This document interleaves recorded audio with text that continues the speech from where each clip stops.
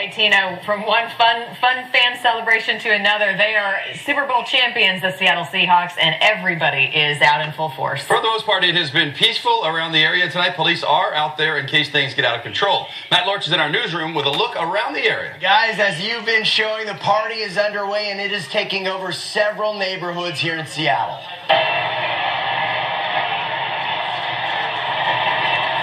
James Lynch was just talking about this. Fans are crawling on top of the pergola in Pioneer Square around 9 o'clock tonight. Here you can see about 5 or 6 of them in this shop.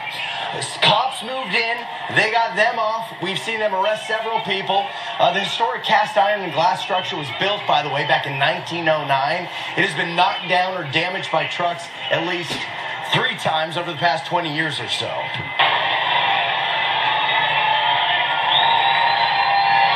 And hundreds of fans crowded into the streets of Pioneer Square, setting off those blue and green smoke bombs and chanting Seahawks. They spilled out of nearby taverns, bars, and restaurants, joining together to celebrate this once-in-a-lifetime experience.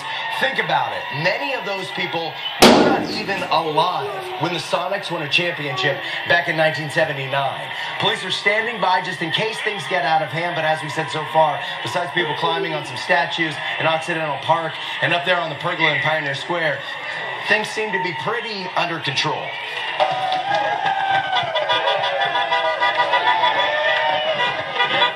So this right here, that is also Pioneer Square, where some fans pounded on passing cars, piling on the hoods of taxis.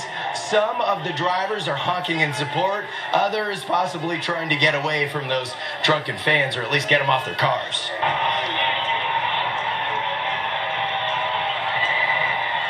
Hundreds of fans on Capitol Hill as well. Here you can see a huge crowd on Pike Street waving their 12-man flags. The street just a sea of celebration. No traffic is getting through there for a while.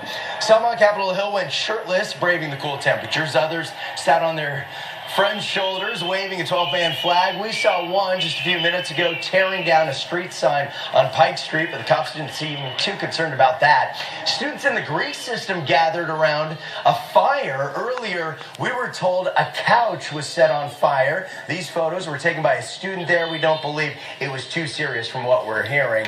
We were told police would be ready for any contingency tonight, and they're already taking action in Belltown. Here you can see crowds have flowed right into the streets, and police officers on bicycles have blocked off that street to keep the crowd under control there. You know, that approach worked very well during the May Day riots. Police were effective in crowd control back then. Clearly a different motive tonight. And what they're doing appears to be working. For the most part, they're just letting people celebrate, making sure things don't get out of hand. And guys, people just want to be together. They want to celebrate. That's what a championship does. It brings a community together. And tonight, they are all celebrating the Seahawks. Back to you in the studio.